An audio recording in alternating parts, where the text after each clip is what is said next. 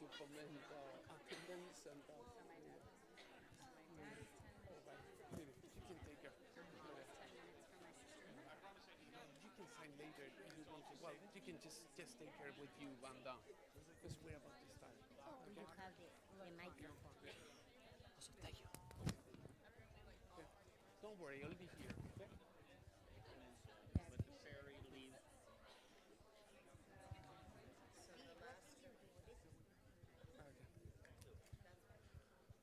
Hi there. Welcome, everybody.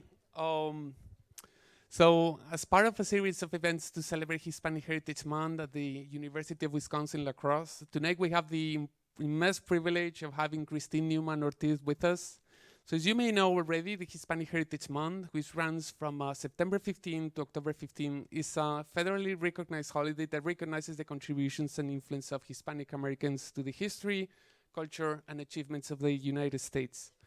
So Christine Neumann-Ortiz here is the founding executive director of Voces de la Frontera and Voces de la Frontera Action. So Mrs. Neumann-Ortiz is recognized as a national leader in the immigrant rights movement. Ms. Neumann-Ortiz serves on the board of the Fair Immigration Reform Movement, or FIRM. FIRM is a national coalition that includes 47 grassroots organizations in 35 states fighting for immigrant rights at local, state, and federal levels.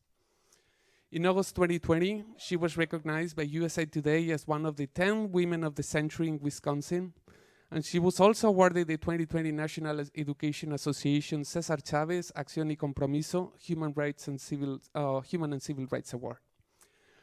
She was named by the Huffington Post in its list of the 50 young progressive activists who are changing America, and has received numerous awards, including the Community Change Champion Award for Community Organizing and Leadership from the Center for Community Change and the Equal Justice Medal by Legal Aid Society of Milwaukee.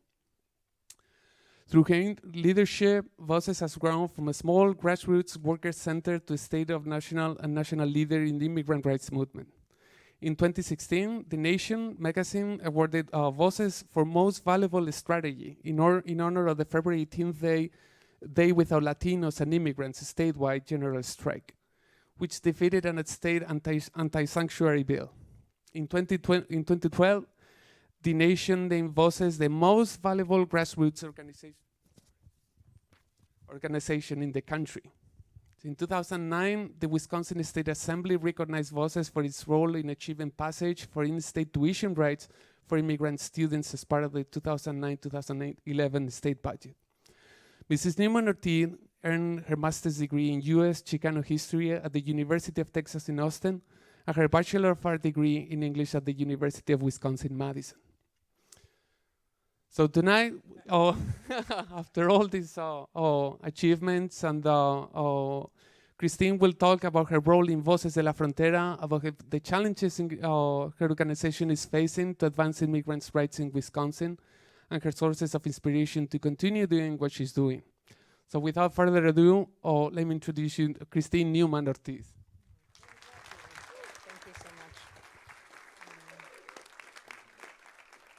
So I just want to start by thanking Antonio and thanking everyone who worked to bring this event together. Tonight, I'm joined also by three Voces staff, that Mario Ramirez, who is our statewide director of the Essential Worker Rights Network.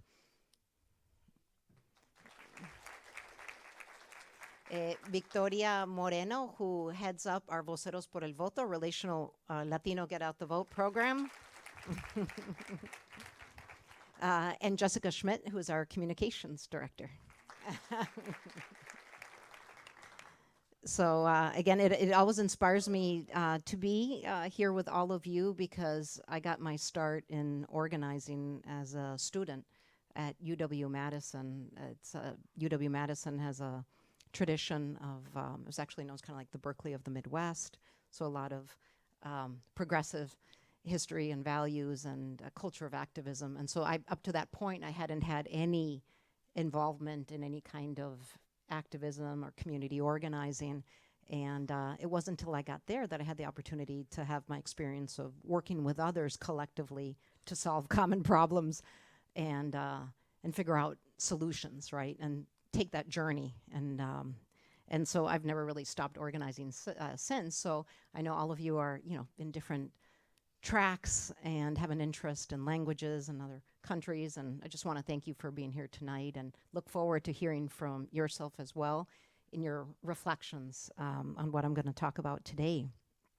For those that don't know, Voces de la Frontera is our main purpose is really to empower the Latinx community as in the struggle for immigrant rights, workers' rights, student rights, and as community members. And obviously, many of the struggles that immigrants face have to do with, hate mongering against immigrants, a lot of inequality in terms of, economic inequality, and policies that really seek to divide people. Personally, I am the daughter of immigrants. My father's from Germany and my mother's from Mexico. They met in Mexico and fell in love and ended up coming to the United States. And we ended up in Wisconsin eventually because of the Latino community here, and in Milwaukee in particular. My mom was, she's now retired, but she was a public school teacher, a bilingual teacher, and in the 70s was involved in the struggle to win bilingual education in the schools as part of the larger Latino civil rights movement. And then also taught adult English as a second language programs, coordinated those programs in the public schools, and so always instilled in me, in particular, the values of pride in your heritage and a sense of community and responsibility, and so that's really kind of what, through my own life experiences and just my parents both as immigrants, that really brought me to the immigrant rights struggle and to use whatever privilege or talent or skills that I had in service to the immigrant community and the immigrant rights struggle. And so first, what I wanted to do is really share some of the impactful demographic information about Latinos in Wisconsin, because it really informs our strategy of how we can build power for change. Latinos are the second largest and the fastest growing racial and ethnic group in Wisconsin, in almost every urban and rural area and county in Wisconsin, and that's true for the United States as a whole. Immigrant workers are represented in many occupations, are essential workers in many industries, including construction, agriculture, service, food, manufacturing, and healthcare. The state's growing and systematic labor shortage cannot be solved without employing immigrant and refugee workers. In rural gerrymandered districts, they play a critical role in Wisconsin's signature industry, dairy.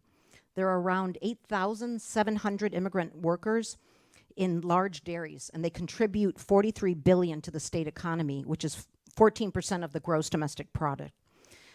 Dairy producers in Wisconsin and across the nation lack a reliable workforce to maintain and grow their current dairy operations. So year after year, domestic workers pass up employment opportunities on dairy operations because this is intensive work that has to be done 365 days a year under any conditions. And the current guest worker programs do not provide for what is what's needed as a year-round workforce. And I've had the privilege to meet essential dairy workers. In fact, we just today went to Cochrane. How do you pronounce it? Cochrane? What is it? Cochrane. To visit John Rosenau, who is a dairy farmer here, who's been for many, many years now. Oh, here we are. This is a picture from earlier today. So that is Roberto and John on their dairy farm. And John has been one of the first farmers to really give a voice to the need for immigration reform, to the need to restore state driver's licenses, and to recognize the reality of their contribution. And in fact, one of the most inspiring movements happened here in the movement that we had was in 2021. There was a push for immigration reform in the Build Back Better budget. And Roberto and John as part of a Wisconsin delegation. I think Bill was there too. I take it. Was Bill there too?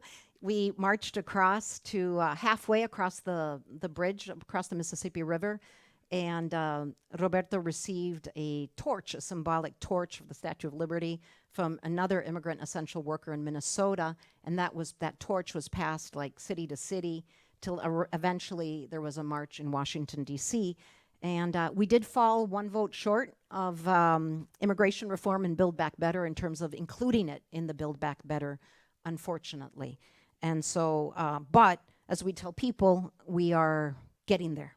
And we just have to keep doing what we're doing and building the power. Because while it was not talked about very publicly, it was in there, and we ended up with one vote short in the Senate.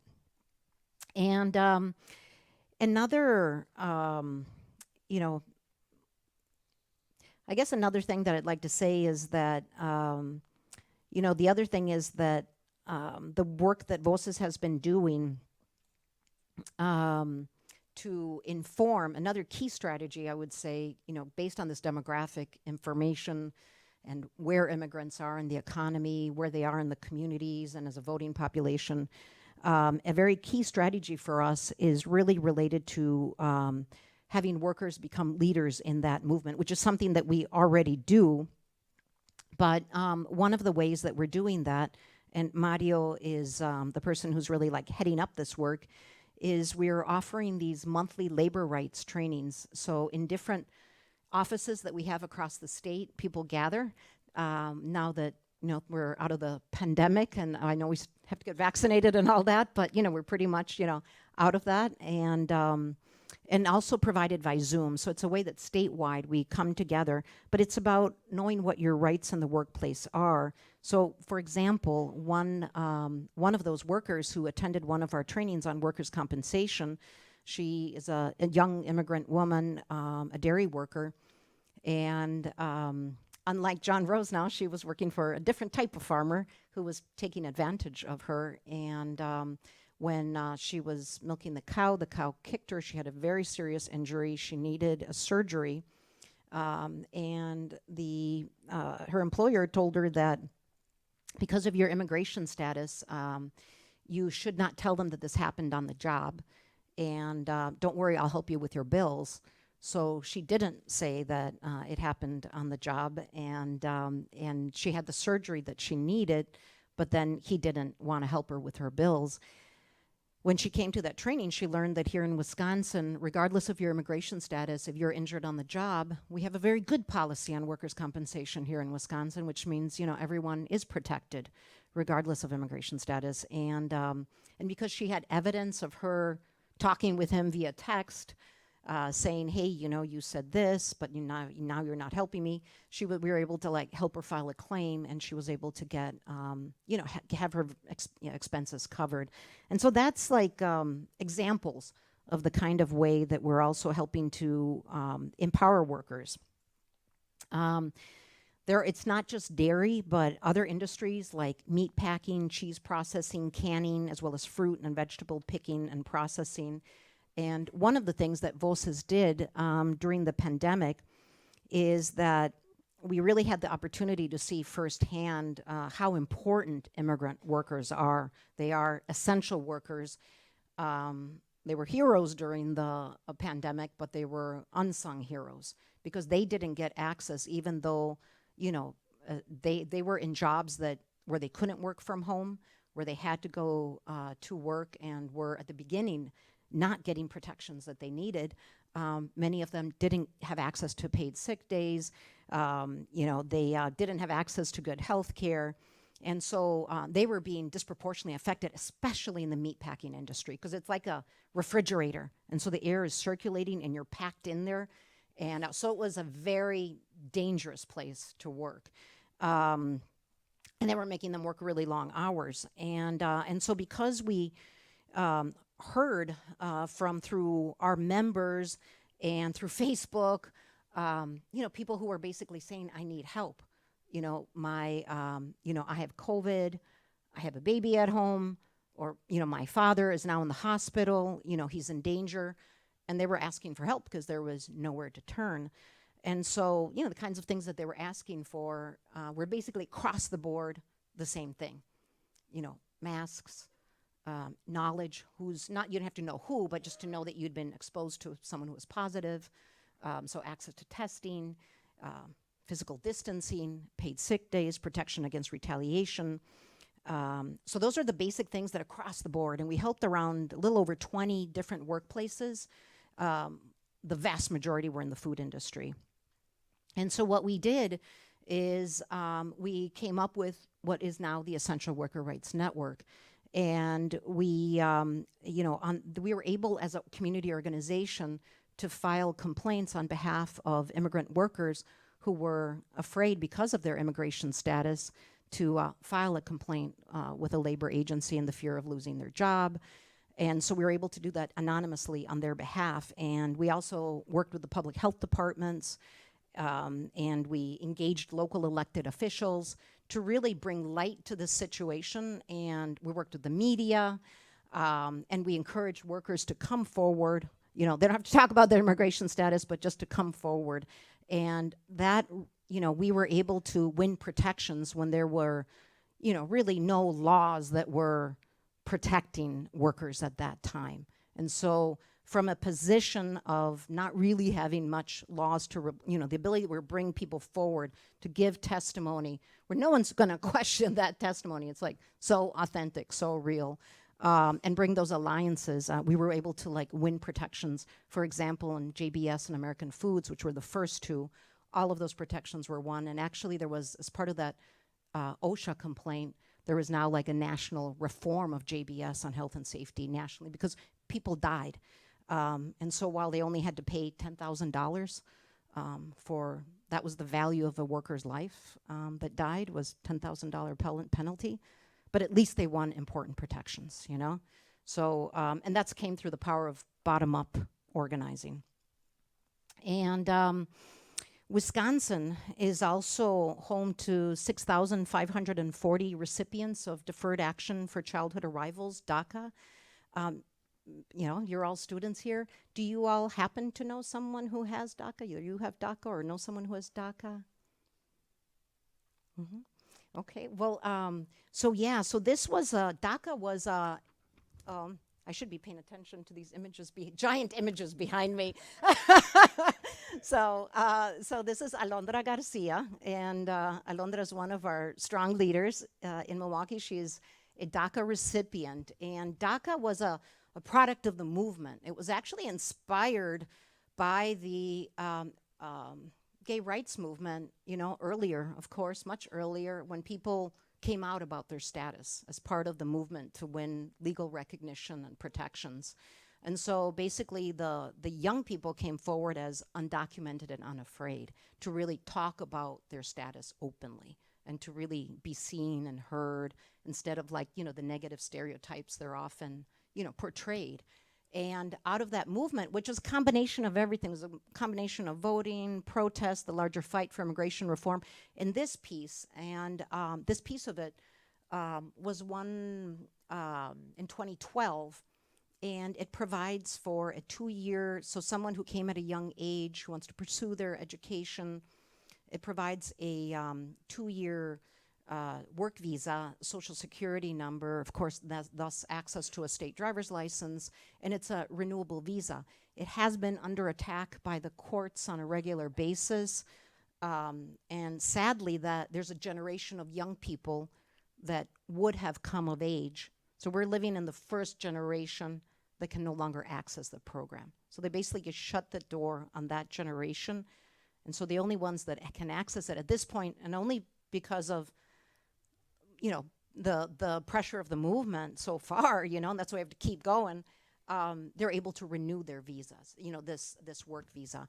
It's nationally a million people have it, and it's been, an extreme success, with nearly 100%, pursuing their education, getting a good paying job, being able to bring their families out of poverty, so all of the things that we would hope would happen. And so Alondra, is undocumented, has DACA, and was able to pursue her dream to become a teacher. So she's a bilingual teacher at an elementary school in NPS. So yeah, that's really beautiful, and has been, you know, a strong spokesperson. And part of the movement has also been because there's a lot of support for DACA students. Again, it's just kind of the illogic, you know, it's not logical that we're not passing DACA, we're not passing immigration reform because the vast majority of people support it. And but one of the things I think is really, we were talking about this earlier, but one of the beautiful things about the movement of Dreamers, as they're known, is that they've also like expanded that. So young people that can't access DACA, you know, they're Dreamers too. We were just talking about this earlier. Or their parents, like they say, you know, my parent was the first Dreamer, you know, because sometimes there's pressure to say, you should help me with immigration reform. And this is seen as a kind of a political strategy because my parents brought me here and I had no choice, you know. But it's kind of saying, well, my parents did something wrong when they didn't, right? They were looking for a better life at great cost. So Latinos right now are, when we talked about the growth of the Latino community, Latinos have larger families, and they have large numbers of young people coming of voting age every year.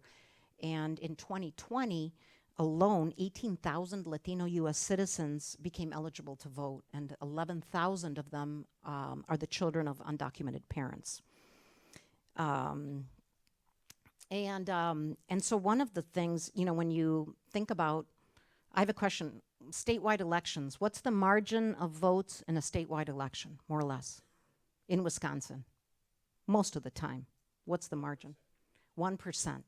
So yes, so it is around 18,000 to 21,000 votes, generally, how elections are decided.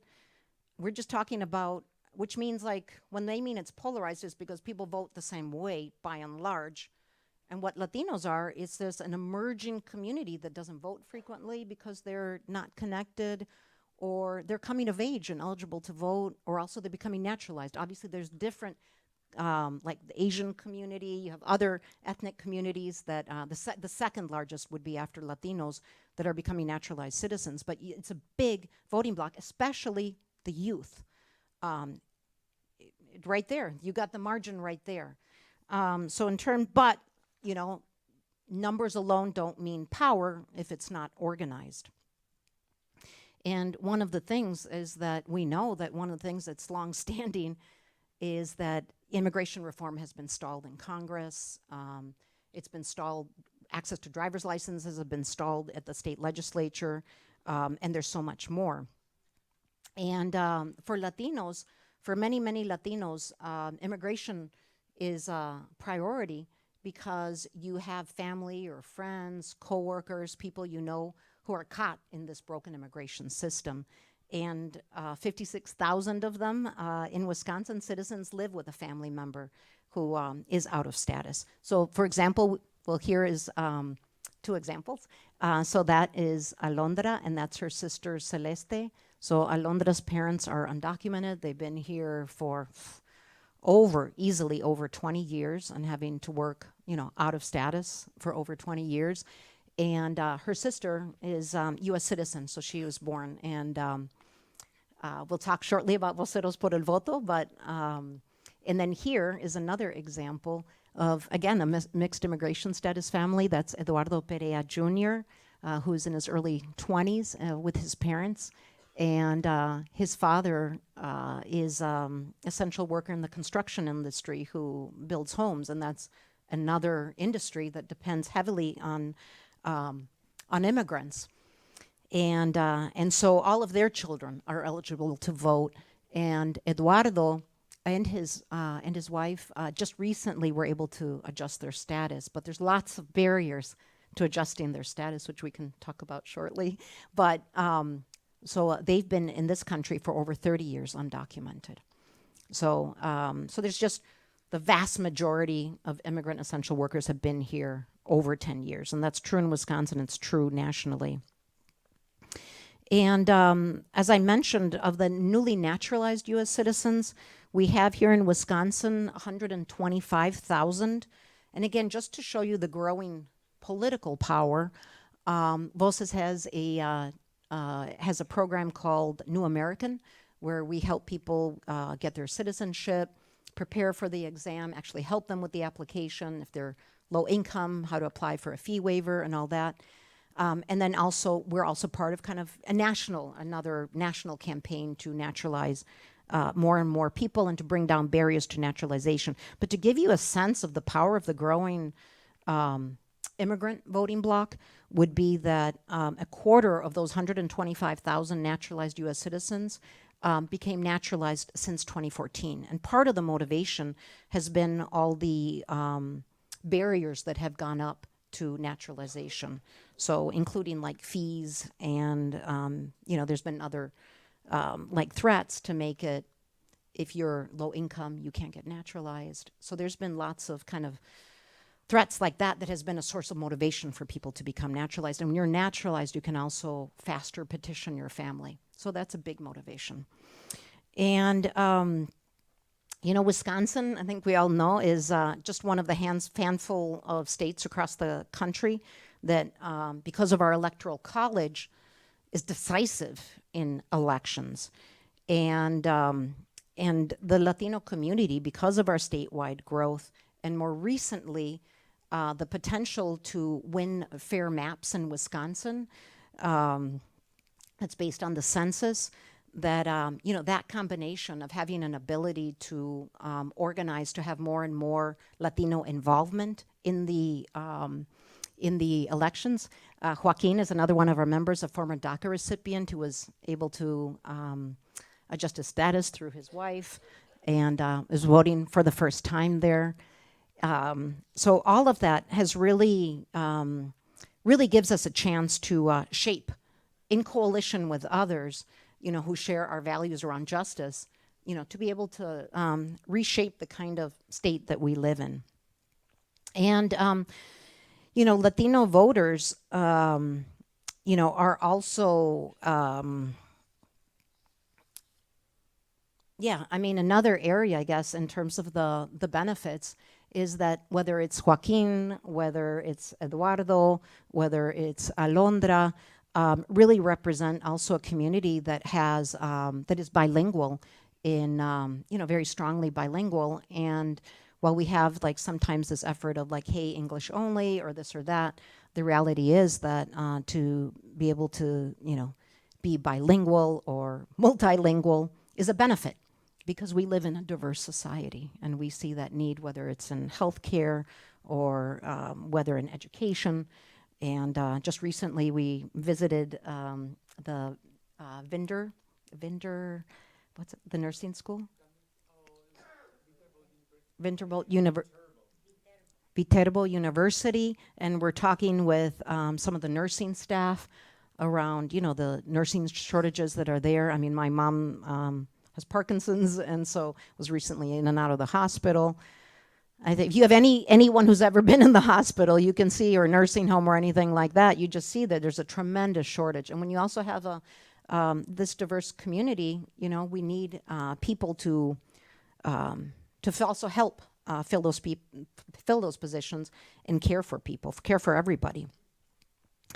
So one of the other things that Voces believes in terms of building power is is our relational network called Voceros por el Voto. Is this it? That was one? Okay, all right. This is really based on, so Voceros por el Voto, vocero means you're a member of Voces, but also means you help spread the word. And this program we started in 2016, and what it does is it organizes people you know. So who do you know who, so it's a Latino outreach effort through your family, through your friends, like, for example, Alondra has organized, well, Victoria, who's here, has organized, 40 people she knows who are eligible to vote, and through them, other people they know. So she has built a network herself of 800 voters, and she's a lawful permanent resident, but it's very empowering because even though someone may not have the right to vote, you have friends or family or people you know and who will not necessarily participate until someone that they know and trust can encourage them to participate. And so that program that we started in 2018, excuse me, is now 35,000 voters strong, and 2/3 are new and infrequent voters. And it's very labor intensive because for many new voters, like if they're not familiar with the process, you need a lot of hand holding. Rules change for us all the time, so you got to kind of keep up. For people who might be afraid to go, people have to learn how to fill out a ballot for the first time. If English is not their first language, they need to know that they have the right to an interpreter. So those are the kinds of ways that we've been able to help. But this is very important work, and why we believe it's important to spread it here and deepen. Good work is being done here. We're very, it's very impressive. But if we can continue to knit this effort out, it's been a successful program, and it is without a doubt, Latinos are at the forefront of, I'd say, progressive movement, and part of that is building that political power. Another key way that we've built power is through workers' power, through a Day Without Latinx and Immigrant strike at the state capitol. At the beginning, when I first came in, you saw it. But that one, has anyone participated in a Day Without Latinos and Immigrants here or heard about it? Okay, excellent, excellent. So this is, in 2006 is really when it was a watershed historic event. At that time, there was a congressman that was going to introduce a bill that was going to become law that would have created a mass criminalization of immigrants and people who knew immigrants and didn't turn them in. And out of that, and basically there was a call to action to go out on a community-wide general strike. So over 1 million workers nationwide went out on strike. Milwaukee, which brought workers from, workers and their families from different parts of Wisconsin, turned out. We were the 3rd city to turn out, and it was just a domino effect. And it was, a historic event. If you guys ever have time, you can kind of Google it and see some of the images, but it was just a domino effect. And it put the economy at a halt completely.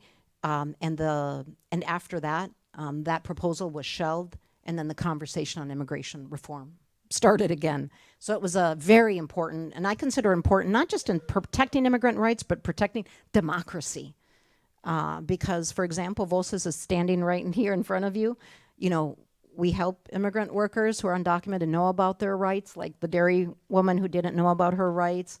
We wouldn't have been able to exist if a nurse knew about, or a teacher, a faith leader, friend knew about someone's status and didn't turn them in. They would have been criminalized as well. So for me, that's a gift of to everyone. To really defend democracy, because there's that saying, they'll come knocking on someone's door, tomorrow they'll come knocking on yours, So Voces is known for our tradition of using the statewide general strike, known as, we now call it Day Without Latinx and Immigrants, to be very inclusive. But there it is. So this was 40,000 people in 2 weeks that went to the state capitol. Excuse me, this is 2016, so we've used it again. So in 2016, there was a similar law that was being introduced at the state level that was about to be signed. And again, in 2 weeks, the word was spread. And because now there were cell phones and YouTube, the word spread to rural areas.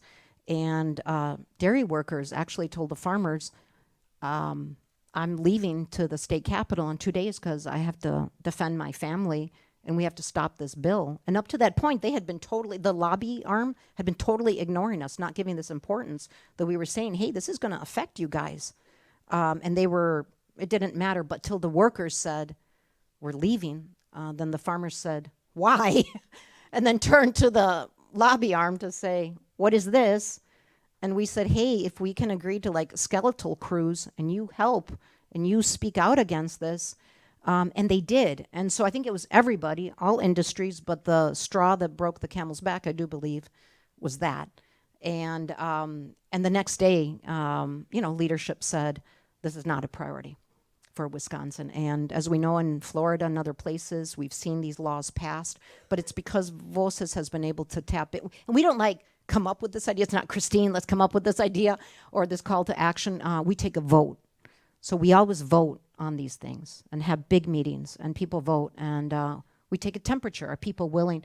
Because when I'll give you an example for this one, because we always support people if there's retaliation. And in this one, I went to one place in Whitewater, and it really weighed with me, the impact of that, because Mario said, Mario there, yeah. So he and I went, and it was about 30, primarily women, one guy who had gone out at work, and they had all been fired, and virtually all of them were single moms, you know, with kids, you know, and so that was their, you know, they had to provide, and they took this great risk. And because we have formed these community delegations and we threatened to go public, we were able to bring them back to work. And so we have, by and large, been able, where there has been retaliation, moments of retaliation through these community delegations, been able to bring people back. But it was worth it. It was, but the important thing was to stick with it. And I think is why we've been able to successful where other places maybe haven't, is because we support people if there is retaliation. And in 2017, I don't know if we have that one, but we also defeated a law called a bill, not a bill, but it was a policy called 287G, which gives local law, it's a voluntary federal program, and it gives local law enforcement legalizes racial profiling. So if I see you, if I'm a police officer and I see you and you look like you could be undocumented because you're brown or you have an accent or, you know, for whatever reason, you know, I think you could be undocumented. It legalizes profiling, questions about your status. And basically that program then allows them to, instead of public safety, their role is to basically be another immigration agent and to report if that person in an interview says, yeah, I am undocumented, or they check them and they say, oh yeah, I think this person is out of status, to hold them for ICE for deportation. And so that's a program that has grown in Wisconsin. It is now in 7 counties, and 30 programs have developed different contracts to share information as a way to make money. And it's a grave concern for the immigrant community. And so we really want to push at the federal level to have this program ended, or at the local level where these programs exist. And the other way that we're building power, workers' power, is through deferred action for labor enforcement. And what that does is that for workers who have a labor violation and want to file want help filing a complaint with whether it's discrimination, whether it's workers' compensation, whether it's wage and hour, unemployment, you know, well, not unemployment because they're not eligible for unemployment, but through any of these programs, health and safety, this provides a protected status that we can help apply for them to be able to file a complaint or to participate in an investigation. And so we think this is another watershed opportunity to really implement, and we're interested in growing that program here and throughout Wisconsin, and have started with like 83 workers in Green Bay applying for protected status, who now are, and some who have already started receiving their work visa. Let's see, I would say that, yeah, I mean, the other part that, I guess the other part is the driver's license campaign. That, you know, the driver's license campaign is something, do folks here, are you aware about, can an undocumented immigrant get a driver's license in Wisconsin? Nope. Yeah, we used to.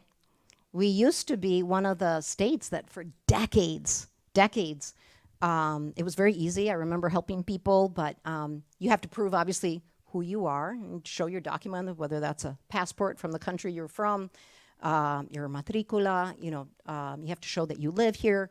And the only thing is you signed an affidavit saying that you didn't have a social security number. And there are some people that come, for example, who maybe for a different particular immigration status might have legal status, but don't have a social security number. So it is something that, you know, includes a larger group. And then you'd, like everybody else, you had to pass a driver's license written and a driver's license instruction test. And so we lost that in 2007. It was a federal real ID. And then what it said is that it defaults to the state if you want to pass a kind of like a state driver card. And this is almost more important than immigration reform for the immigrant community. Because, you know, if you're driving, a simple driving without a license offense can lead to a criminal conviction, can lead to going to jail, and now that you have all these shared information programs, can lead to deportation. So, for example, one of our members, he worked in landscaping. He was he's alive, he's a grandfather, Raimundo from Green Bay, and, you know, a very, you know, good, humble man. And you know, very supportive of his family, supportive in the community, very involved in his church. You know, he had gotten pulled over for, and then he was charged with just driving without a license. And he wasn't even doing anything in terms of a traffic violation, but he got a ticket for driving without a license. He paid it. He did not go to court because he thought, I paid it so I don't have to go to court. He still had to go to court, and so that meant they put an arrest warrant out on him. And so then when he was driving, and again they pulled him over and took him in for, there was that arrest warrant. In jail, he was picked up by ICE and put in deportation. And so, again, someone that is not a threat in any way to society, is a benefit to society. And the harm that comes when you take away a loved one, you know, to the children, to the larger community, you know, there's a harm too beyond just kind of the financial, you know, economic contributions that someone does or the impact. And usually it leads to, like in this case, it's a grandfather, but often, like if it's a father or, you know, parent that's providing income for the family, it leads to, you know, more poverty and a lot of trauma with the kids in particular, which is why a lot of teachers are part of the immigrant rights movement, because they see the impact that deportations or the threat of deportation have on the students. And then maybe just lastly, you know, the one other area that we've been working on is supporting asylum seekers. This is a very challenging issue. And earlier we were hearing how locally, you know, folks here have been helping people who come who basically with the shirt on their back. But we're seeing, you know, very much it's new asylum seekers are part from especially Central America and or Latin, you know, South America, Central America, are coming and are becoming part of the new vulnerable workforce, and come with a lot of like basic human needs. And for many, if you're seeking asylum, if you can get an application in that first year, you can actually get a work visa and something as you can then work, save up your money for the future to try to kind of make a case for yourself, a harder case, you know, with evidence and all that in court, but it puts you in a better position. And so this is a very serious problem that's happening in many, many communities here. But yeah, financially, it's really hard. There are not enough. So there are really no attorneys. There's some that try, but it's like a drop in the water, in the bucket, excuse me, because these are big cases. But this more simple application, one of the things we're doing is trying to build up kind of a cadre of like people who could help people with like screening and an application, whether that's for deferred action or whether that's for asylum, with obviously oversight from an immigration attorney to really help people. And one of the people that we helped is Rosita Garcia. She is a transgender woman from Guatemala. She, you know, faced tremendous violence. She was many attempts on her life. Since she was a young kid, she was kind of rejected by her father and was kind of just living in the streets since she was 12. and then faced tremendous violence. She was someone with a machete, like group founder, and so she has, parts of her fingers missing. She was tortured, she was shot at, she was, stoned, and she made the journey to the United States, crossing through Mexico, again facing violence from cartels, but she made it. She made it, and so we've been able to help her. And now she has her visa, she has her social security number. And she continues to stay involved, and it's a good thing because issues in the workplace that she doesn't know, and help her out with that. And she's been a voice for humanizing the plight of people who are fleeing violence and are trying to make it here to the United States. So I will conclude there, so we have plenty of time for conversation, but really just wanted to paint a picture of the different strategies that Voces is using to empower the Latino community, and not in isolation from others, but as part of a larger struggle for justice, and how our numbers can help contribute to that larger struggle.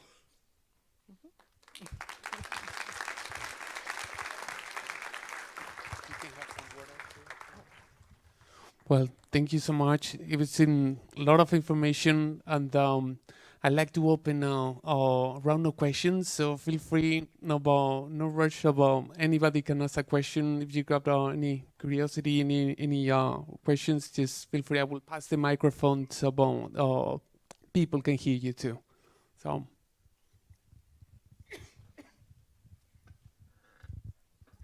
Hi, I was wondering what the difference was between un votante and I think it was votante? I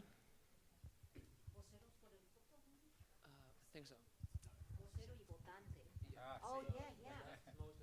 Yes. So, vocero or vocera, like voces, actually, literally, voces de la frontera means voices from the border. Oh, sorry. So voces, the question, I don't know if everyone heard it, but yeah, what's the difference? What's the difference between votante and vocero?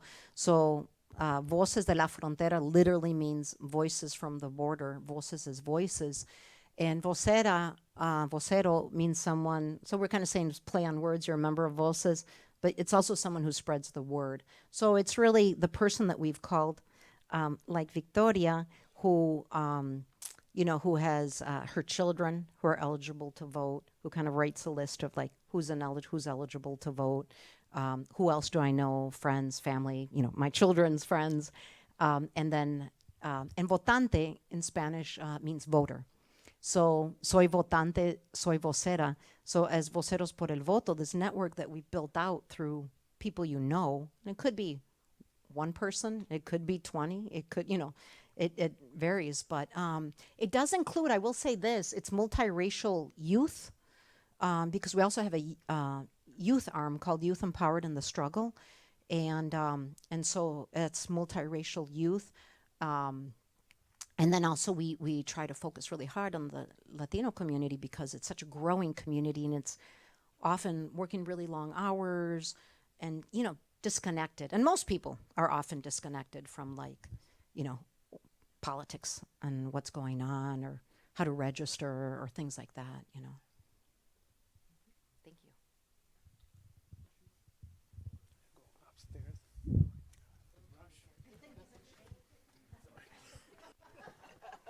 Exercise tonight.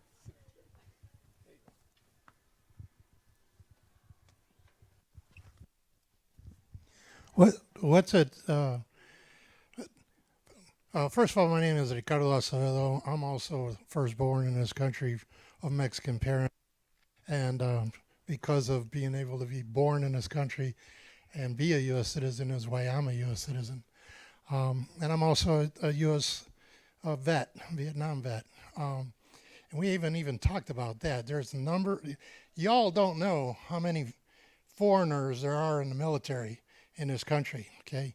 They're here under legal status, and then they volunteer and they join the armed forces and they serve in anticipation that someday they may also get fast-tracked to U.S. citizenship.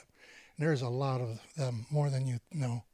But my original question is, what is it going to take to get the license issue through here in Wisconsin because it just passed in Minnesota. It's legal in Minnesota.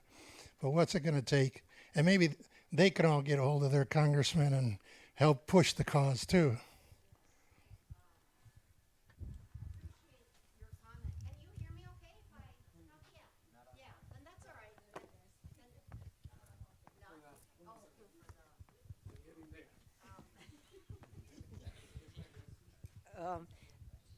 So thank you, sir, and yeah, and Latinos, Latino vets were very important in the struggle for civil rights. You know, really at the front lines and the GI Forum. So thank you. So for the driver's license, we really think a couple things were very important. As you know, we need people in office who are going to vote for it. And then we need to, one thing that has held us back here in Wisconsin has been that, it's gerrymandered maps. You know, the fact that we don't have maps based on the census that are more reflective of the diversity that hold elected officials more accountable has contributed to more polarization, especially like in primary elections. So it becomes really polarized, you know, just like even the conversations that are had. It's contributed, I think, to kind of the toxic environment that we live in. And so we can, like in Michigan, where they're very close to winning it, they recently won fair maps. Again, we gotta continue to participate. Come hell or high water, we have to keep participating because the numbers are there, and but that has been key for them to be able to then actually, elect people and be able to pressure people more. And so that's really kind of where we are in the phase. But part of it, I also think, has also been, organizing bottom up to have more and more voices so that these elected officials, regardless of who they are, feel that pressure. We do believe that organizing, for example, essential workers, where you have 80% of an industry that relies on them, like in dairy, and 1 in 10 jobs depends on dairy, and it's on the backs of immigrant workers. It's like, yeah, we want to engage those dairy workers and, and the farmers and their supporters in the community to be a voice for driver's licenses. And so part of what we're doing is we're collecting like letters of support from organizations. So many, if there's a student association here, it'd be awesome to get a letter of support. And so we're really gathering that stuff up so that it goes to your respective elected representative, that we get a copy so we can, as part of a statewide coordinated effort. Coalition for Safe Roads is the coalition that we've built out so organizations can join that coalition, and to then really share, hey, you know what, we got the mayor in this city to give a letter, and then, publicize it on social media, have a local delegation go. So the more, we have to build a culture that really, where it's very public fight and it's very visible and they're feeling the pressure from all sides. Voces de la Frontera has always relied on U.S. citizens to be a very important part of the struggle. Obviously, immigrant workers themselves, and with Day Without Latinos and all that, that has been, they put a lot on the line, everything on the line. So there's a lot of bravery and leadership, but we also, need that, that leadership and that solidarity from U.S. citizens, because yes, they listen to voters, and if you're a U.S. citizen, you're a voter, and they give that more weight. And so we would really, and everyone has your own connections and your own network. Young people, when I just talked about Latino, but young people as a whole in Wisconsin are another critical voting bloc. So you should, not think of yourself individually, but just think, the power that you have, as a generation of voters. And we want to encourage people, run for office too. We want to have, we just had our first, I won't say it's broadly, but one of the things that we did is like have a Latino candidate training. So I think that's kind of the long haul in terms of political empowerment. But, and then next year we're going to plan a statewide lobby day. So right now what it is like local meetings, gathering letters. To have like even, even a letter from someone, individual, like someone with your story, for example, that's powerful. And we want to lift that voice up through, with Jessica, our communications, obviously local, but, spread that. And that's, but I think we're going to get there because we have a lot of support, the Dairy Business Association, the Farmers Bureau, just a lot of community people. There is diversity of support. It just has to be organized, and it has to be a public pressure. Are we going to get it this year? No, we're not going to get it this year, but we have to build for it.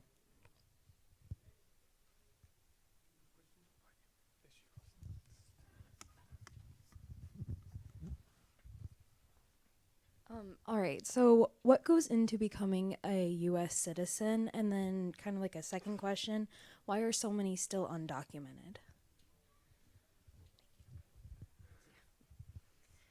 So why are so many people undocumented?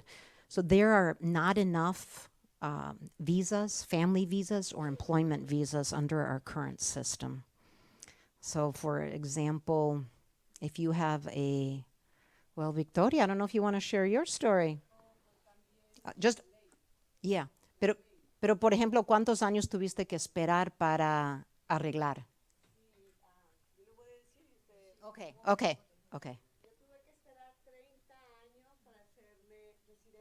So I had to wait 30 years before I could apply to become a lawful permanent resident.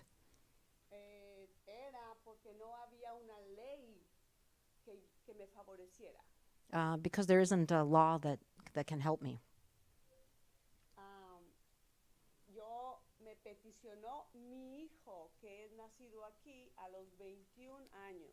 My son petitioned me when he turned 21 years old.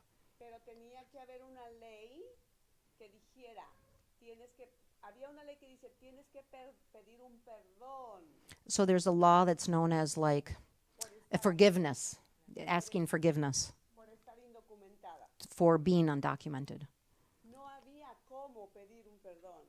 And there wasn't a path to ask for that.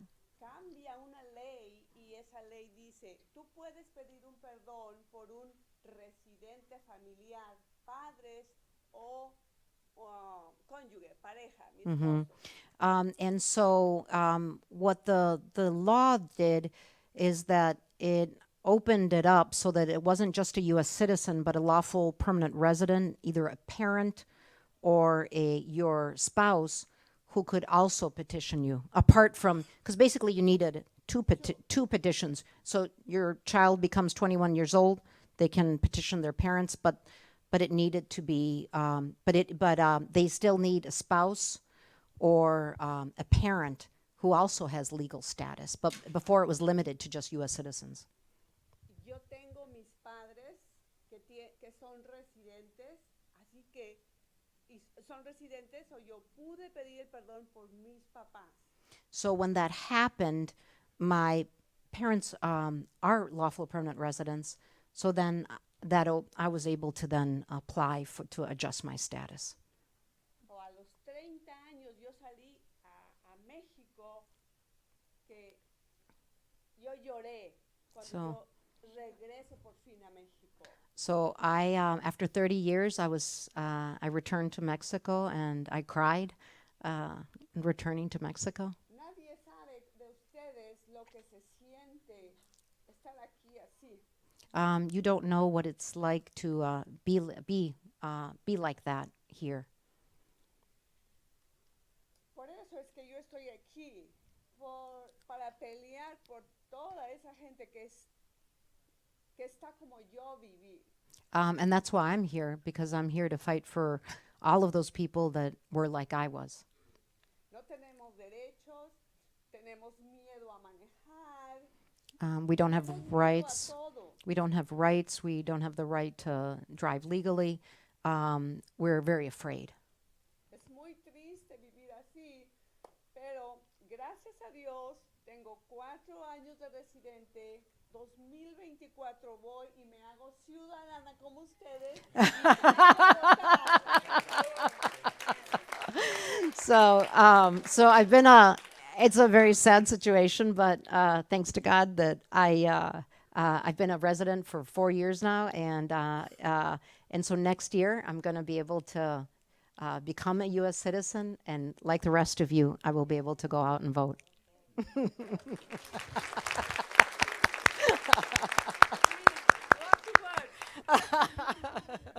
her are thousands right now.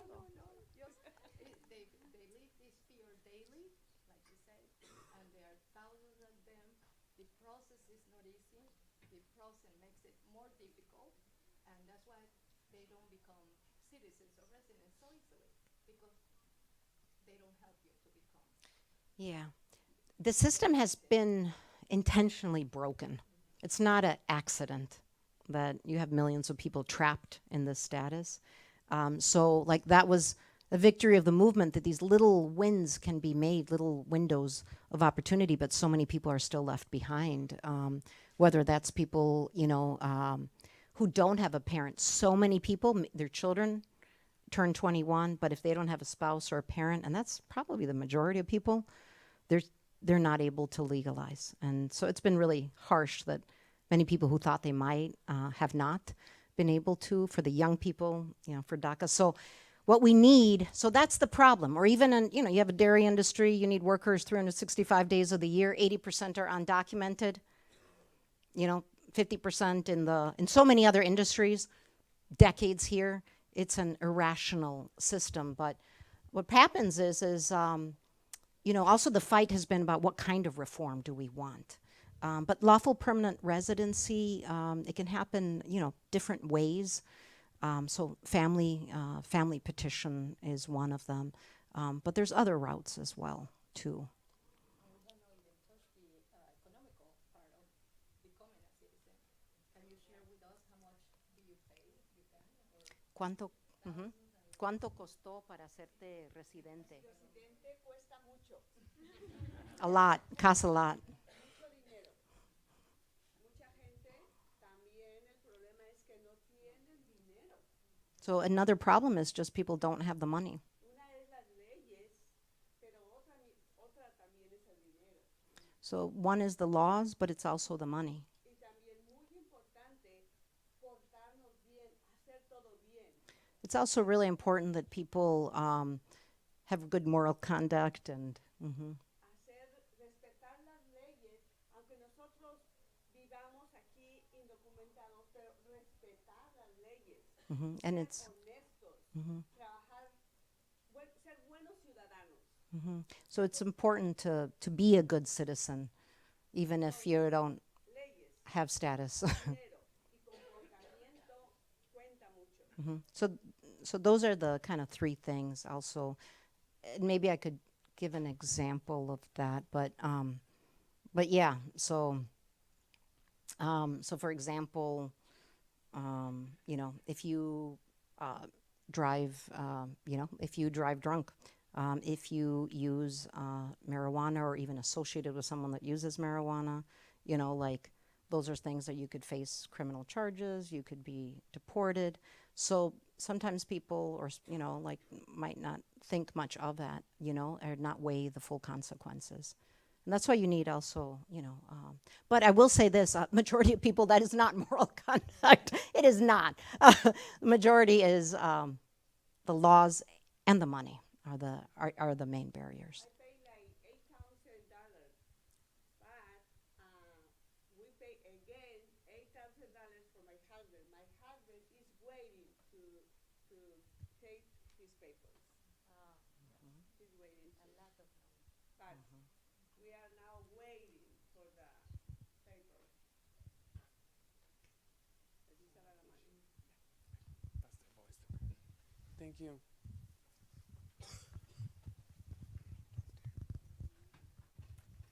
I feel like this one will be a good one to wrap things up. But a lot of us up here are students, and many of us are not from Hispanic background. So I was kind of wondering, what can we do to be like allies and supporters as students?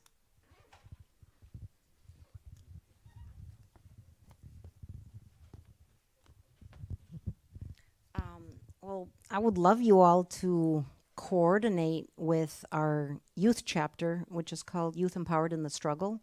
We have a yes, statewide director, just to coordinate efforts.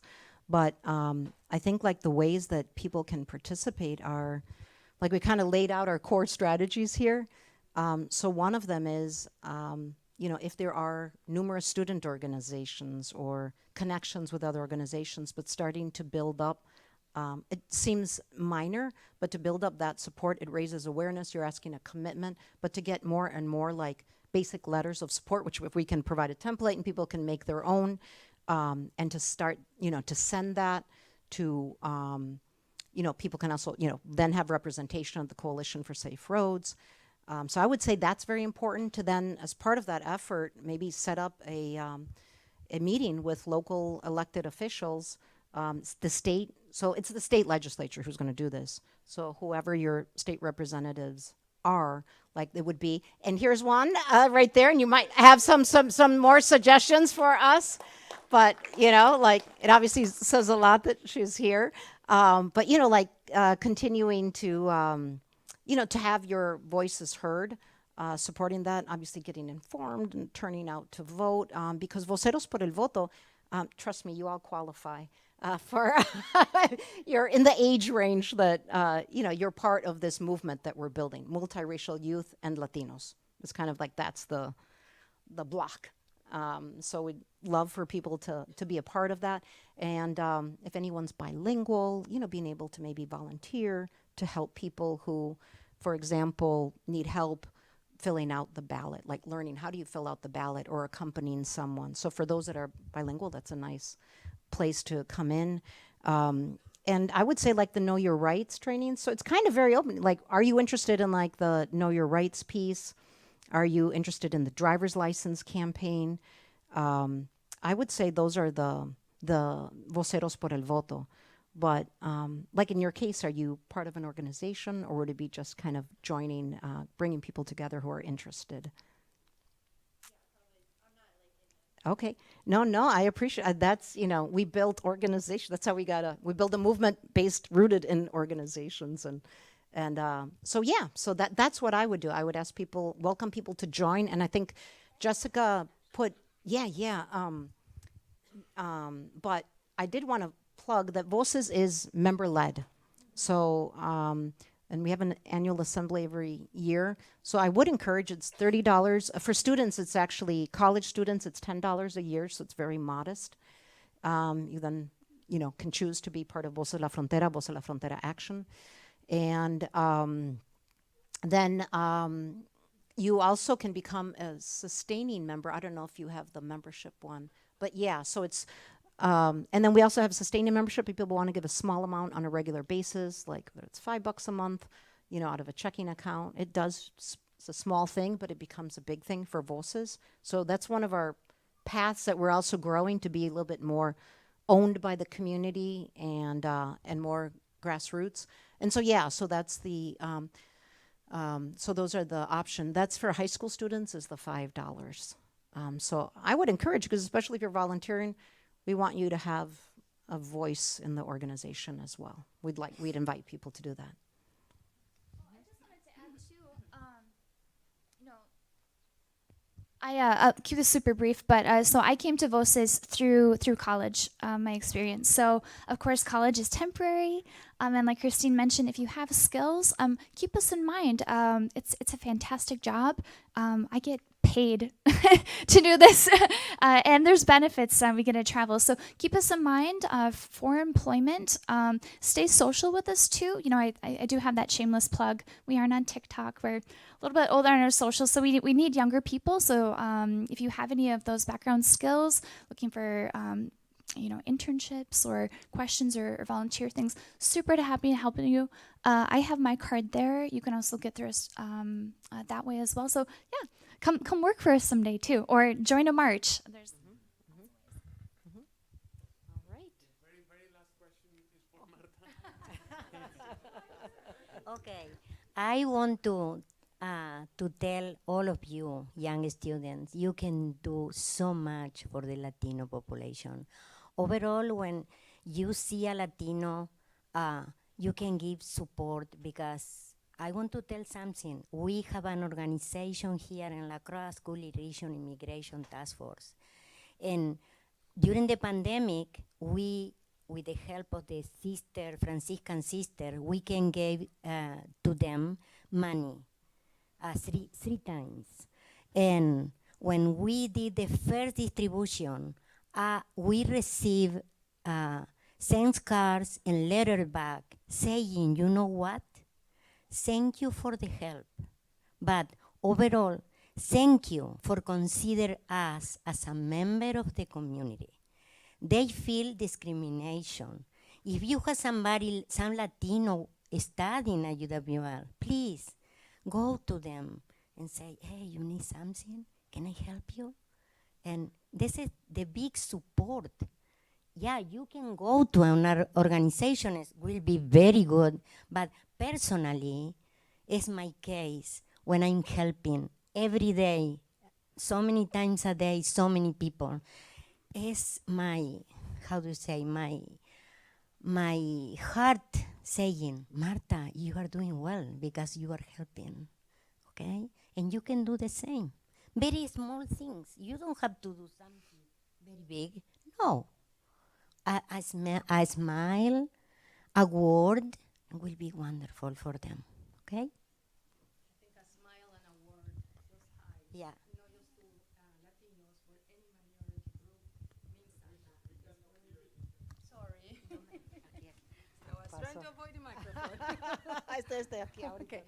Even just a smile and just a hi to someone, not just Latinos, but any minority type, it means a lot. It's like a compliment that you have acknowledged them and you have received them. So that it makes big moment for them. So please do, next time you meet someone, say hi, good morning, because you are acknowledge them that are here, that they belong here too.